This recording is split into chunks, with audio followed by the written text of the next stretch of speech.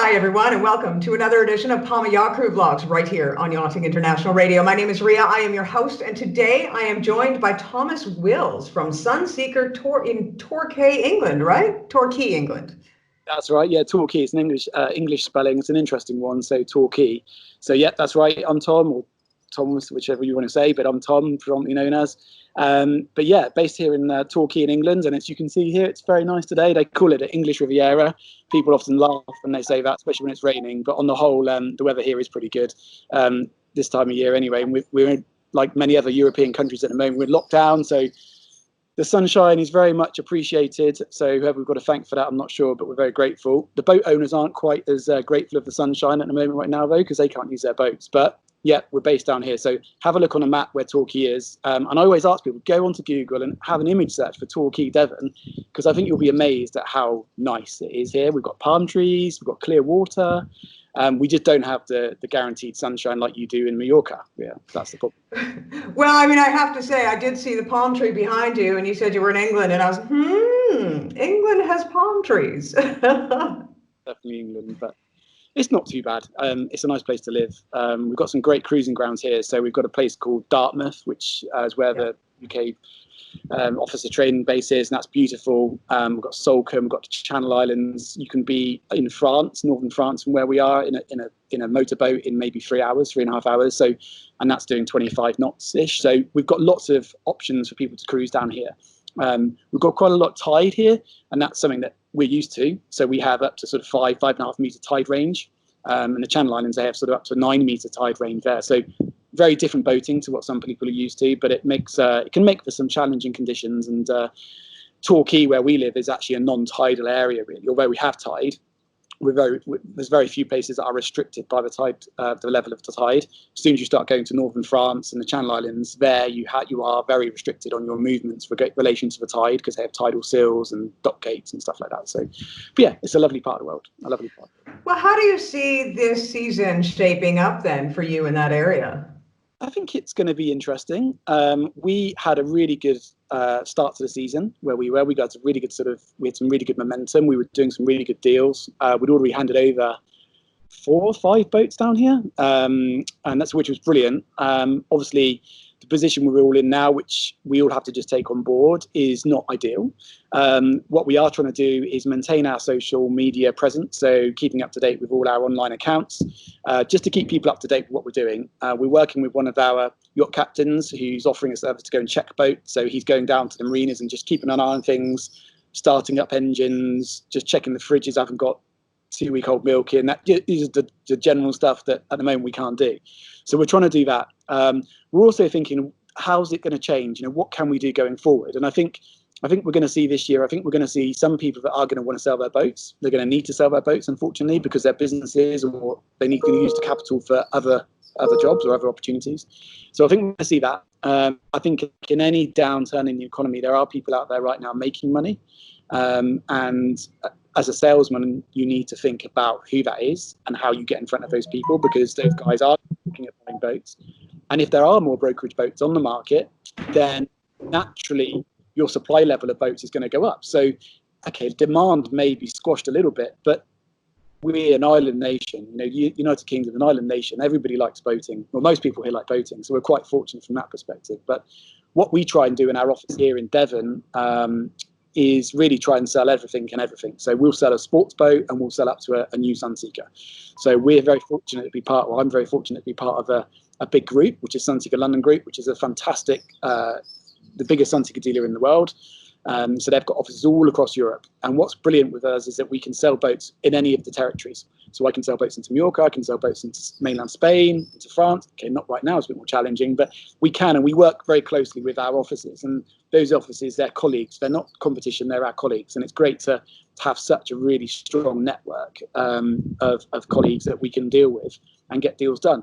So this year alone, we sold which was a part exchange from our London office, which we've then sold as our office is then sold to a gentleman in North Wales. So it's all these different sort of deals sort of that we do together. So yeah, it's interesting. Do you think that the boats are going to be, I mean, what happens if the borders don't actually open up? Do you think that you're going to see an increase in possibly owners shipping their yachts that may be on the south coast of France or in Italy or in Mallorca? Do you think that you may see an increase in shipping of those boats back to, say, for example, England and vice versa? I think so. Yeah. I mean, I think there's every chance that, if I was a boat owner, sometimes you've got to put your shoes in, your feet in the shoes of a boat owner. If I was a boat owner, would I bring my boat back to England? I think short term, I probably wouldn't. But if this carries on, then long term, yes, I would look at it. And I'd look at it for a number of reasons. I'd look at it from a risk perspective. If you've got £1 million asset sitting in Spain or Mallorca or France, where it might be, yes, you have a level of control over it, but you don't have it with you. You're not going to see it. And I think it'd be quite nice if I was in that situation to have more control over that asset, and more control over it. As I said, boating here is nice. The weather is the problem. But if we can try and convince people that actually there is some nice boating to be done here, then yeah, maybe that will happen. I think the other important thing is the shipping lines. Peters and May, Seven Star, who we work very closely with. It's down to them. They're going to put on some northern route ships, which they've always got ships going north. But perhaps they can put some special ships on for bringing boats back. I don't know. But it's all these sort of questions at the moment, which I think nobody really necessarily knows the answers to. But they're all ways in which the market may change. And as sales guys, we're going to have to adapt to that change as well. We're going to have to be very conscious of that change. Very important to do. Yeah, no, I can imagine. But you are keeping busy throughout this lockdown period. You've started up, well, you've had it for a little while, but you sort of ramped up the concept of it. What are you doing? Yeah, so basically, I've quite enjoyed for the last few years having an Instagram account. So I've sort of grown that, and it's not huge by any means. It's only sort of a couple of 2,500 people follow it, but that's at Sunseeker Tom on Instagram. So I thought the other week, I can't remember what happened. I think I was listening to radio one day, and they were talking about podcasts, and then I forgot about it. And then for whatever reason, one day I was in the office, and I was in a good mood, and I thought, you know what, I'm going to make a podcast. And I didn't even tell my colleagues in the office because I knew they'd all laugh at me and they'd all be wanting to rib. So I went and sat in my car, and I put the phone on the dashboard, and I sort of in my head had a bit of an idea about what I wanted to say, but I didn't make any notes, and I just really reeled off where I started, why I'm a boat dealer, why I'm involved with boating, where I started, my experience, how long I've been doing it, and that's how it came from, really. So I've been doing it probably for now 6 weeks. You lose track of time at the moment, but maybe a bit longer, maybe say 8 weeks. And I've just started trying to build up the account really with some different podcasts from all different angles. I didn't tell anybody about it until I'd done about 7 or 8 podcasts because I wanted to get a fair amount on there. So when I told people, it didn't look like I was just one wonder podcast. So I did a few. Some are better than others, but that's a learning curve. And I use a platform called Audio Boom, which is, I believe, an American website, but it's a way of you upload your audio recording to that website, and then it pushes out to all your platforms. So my music system I use is Spotify. So now if I go to Spotify and put in Sunseeker Tom on Spotify, there comes up my podcast channel, and I think now there's 10, is there? I should know. There's 10 in total. So I should check here. Actually 11. Okay. Oh, 11. There you go, 11. Yeah. And you can listen to them from Spotify. You can listen to Deezer, Apple Podcast. It's obviously all free. It's not no one's paying for this. So it's really, really good. And I've tried to build up, like I say, a bit of a process so far. So I've gone in for my typical day. I've done an interview with a marina manager. I've done, obviously, the coronavirus. How could I not talk about the coronavirus? And I've developed that, what are we doing at the moment to check our boats? So that's where I'm working with my friend and this boat skipper, Mark, and he's going down to the boats to check them at the moment. The other thing we did the other day, which isn't brilliant audio, and I will apologise right now for that, but it's a good idea, I think. It's a virtual trip on a boat. So Mark and I met in our office, and it was a bit of tongue-in-cheek and a bit of fun, but we basically pretended we were going down to a boat and we were getting on it and we were driving it around to Dartmouth, which is probably about 25 to 30-minute cruise on a boat. But it was a bit of fun, and we did it, and I think we should probably do more of that. And at the moment I'm actually working and planning one with 2 of my colleagues from Sunseeker who are located in other locations in the UK. And we're going to come up with our favourite boating destinations. So if money was no object, or and you could choose your crew, choose your guests, choose your boat, and where would you go? So we just think it might be a bit of fun at the moment, just to try and give people a bit of light relief, should we say, from the boredom of whatever they might be doing at the moment. And people are listening to it. The analytics on Audio Boom show me, they tell me every time somebody's listened to it, and I'm up to almost 1,000 listens now across those 11 podcasts. So, okay, it's not huge numbers, but it's gaining traction. And I really appreciate the time on here today to tell people about it. And as we said earlier before our interview on here, we definitely, I think at the moment, we should all be working together to do what we can do. There is business out there to be done. As a company, as a group, we are selling boats. Even this week, a new Sunseeker Manhattan 52 has been sold within our group, which is really, really positive. And it does show you that people at the moment still have got the confidence to buy boats. This situation won't last forever. And I think that's really important. You all remember. I think that's the key is, right now, a lot of people are sort of looking at the dark side of things, but there is a light at the end of the tunnel. And, I've been seeing many news reports with there's this silent yacht. It's more of a catamaran style, but it's they've just sold two. There's movement in the industry and people are looking forward. There's also, trends are showing that charter brokerage or charter yachts are going to be going. People are already inquiring about that for the minute that all these lockdown ends. I think there is a huge light at the end of the tunnel, and I think there will be a massive boom in the industry once everybody is allowed out, because especially sea lovers, they're so used to being outdoors and, in the sun and on the sea, and to be cooped up and locked down for so long, the first place they're going to want to be is out on a boat of any size. I think as well is freedom. I mean, one thing that boating gives to people is freedom. What's lovely, you jump on a boat, you go out in the marina, and unless you have to go somewhere, you can say to yourself, where do I want to go? How fast do I want to go? Where do I want to go? And at the moment, we don't have that freedom. And I think boating does give you that level of freedom. And when we get back to normal or some level of normality, I think we'll all be very appreciative of that level of, freedom and doing what you want to do. Today, what are we going to do? Stay at home, got this, do some work, got to do some jobs, but you're very restricted. So, time will tell how it all works. But well, no, I'm sure it's going to be wonderful. And I'm actually, I wanted to say that we're going to as well start airing your podcast too on the radio platform for Yachting International Radio. So we're kind of excited about that. Be amazing, and I'll have to make sure I really up my game now, get some really good content. But my mind's always thinking about trying to get different ideas of what I could do, and but I've got some ideas there. So yeah, definitely, if we could work together on that, that'd be brilliant. If you could podcast those out for me, that would be fantastic. More people. I think once you've tried the podcast, not mine necessarily, not always mine, occasionally mine, but once you've started into the podcast world, I think it's actually quite interesting. And as I said to you earlier on, I find now if you're on a longer drive or a train journey or whatever, give it a go. Search for your favourite celebrity or a leisure activity you're interested in, whatever it might be, and just listen to a podcast. Go and listen to it, and I think you might actually like it. It's quite interesting.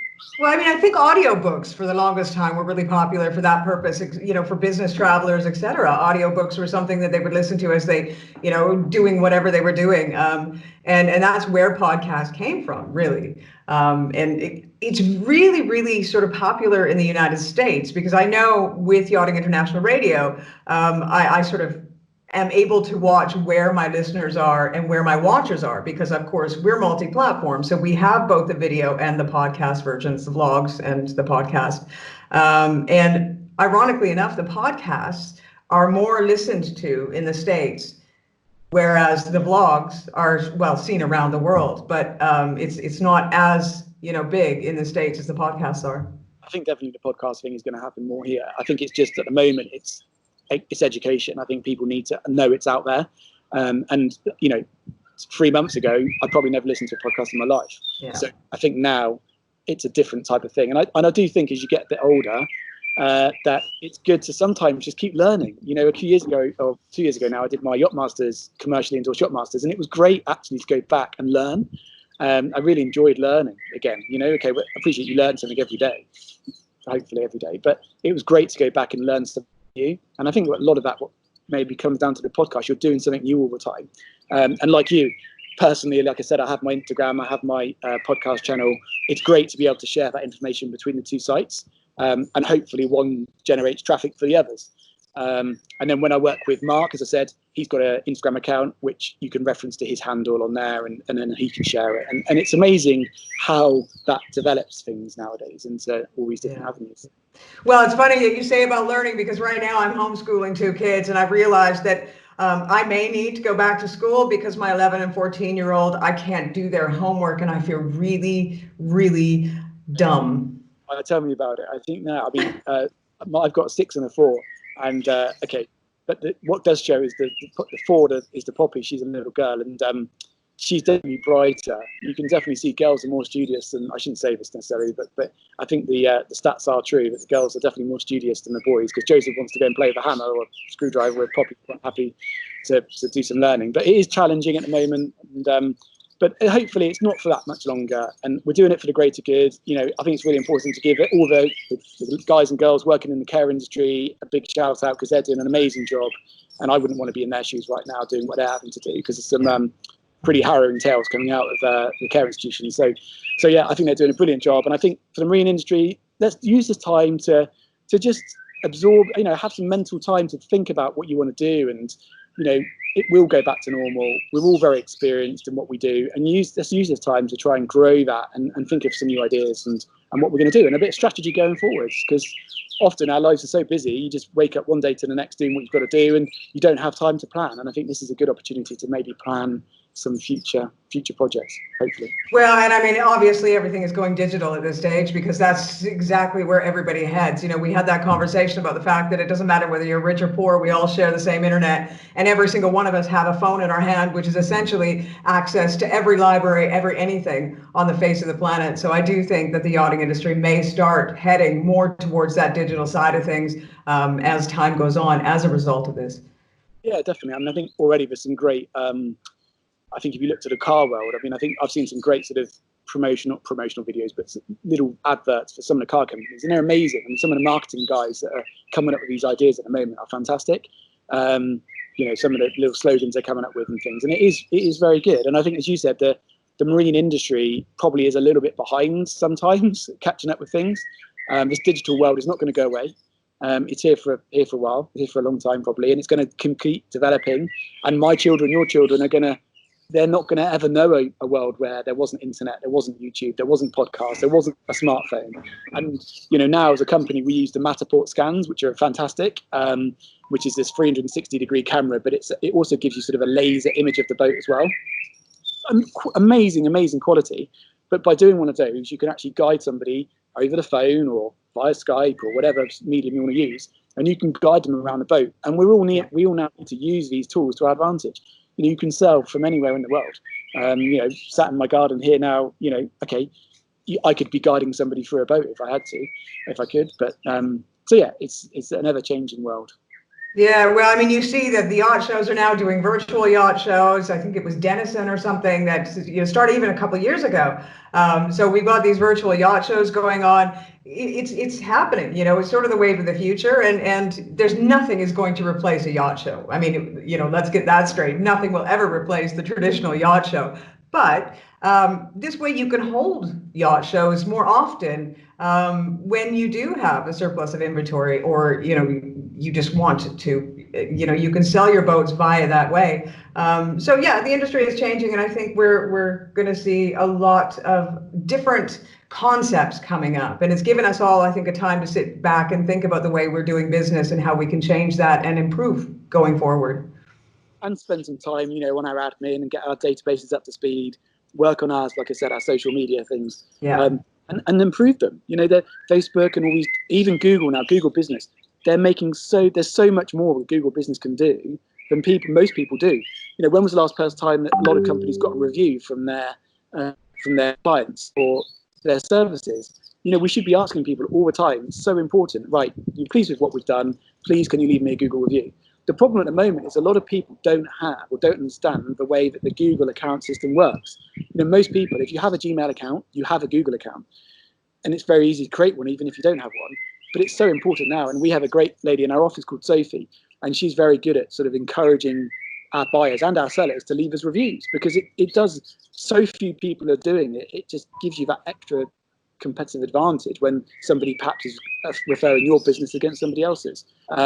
You can even now publicize your products on Google, on your Google listing. So, I mean, if you look at our Sunseeker Torquay Google listing, we also have another brand in Torquay we run called onemarine.co.uk. And that's where we sell our non-Sunseeker boats locally. And that's got a great Google listing now with really positive reviews, some great content on there. So yeah, there's all these types of things at the moment, but they're a bit fiddly to do and they take a bit of working out, but actually you can do it. And even on your YouTube channel, if you look at some of the big YouTube channels, there's so much more information on a YouTube channel homepage than there is standard. You can adjust those pages, you can put your Instagram logo on there, you can put some bio, you can put some playlists. It just takes time, but it makes your channel look so much more professional. And I would urge anybody out there that hasn't got a YouTube channel, go and set one up. It doesn't take long. You can create a phone video now from your phone, can't you? I mean, it's so easy. And some brands now that don't have these sources of information. I just think it's crazy. I think probably one of the biggest things, though, especially with things like YouTube, is that that market is extremely saturated. And taking a look, at how difficult it is to grow an audience on YouTube and the algorithms, that is almost a science that you really have to sort of get into. Speaking to some of the bigger guys like Super Yacht Captain and Aquamarine, there's a lot that goes into that. So if you're thinking you could just set up a YouTube channel and tell your friends and you're going to create yourself, a massive YouTube following, it's not going to happen. I just think sometimes it's good to have, if you're a boat dealer, say if you're a boat brokerage that's listening to this, you don't have, perhaps a bit more old school and you're perhaps a bit, you don't know how to do a podcast or have a YouTube channel or have a Facebook. I just think you need to start somewhere, get out there, start your Facebook page, and then naturally over time, start taking videos of your boats, even if you're just walking around. It doesn't have to be a Steven Spielberg edited together, directed video. It just a phone video in landscape, not portrait, because that's often the rookie mistake we find. Everyone takes stuff in portrait. At a moment, it has to be landscape. Go around the boat, take a landscape video. If you then get an inquiry on that boat, it's so valuable to have that content to send them, especially in times like this. Even if it's not a brilliant quality video, buyers, in my experience, love to see photos, videos. They love that. Well, and you know what? YouTube is a great landing page for that sort of thing, because you can then just send them the link to that video. So it's always up there. Even if you have no subscribers at all on your YouTube channel, you can actually just send that link over to your client and say, this is the boat that you were not interested about. And they can always stay there. And if that boat comes back up on the marketplace, and once again, you're selling that boat 4 or 5 years down the road, you've still got it there. Or you can switch it up and say, look, this is the original boat and look at the changes that have been made. They've had the interior refit, whatever else they may have had done, and that's why there's a change in price, etc. So yeah, that is a good tool for sure.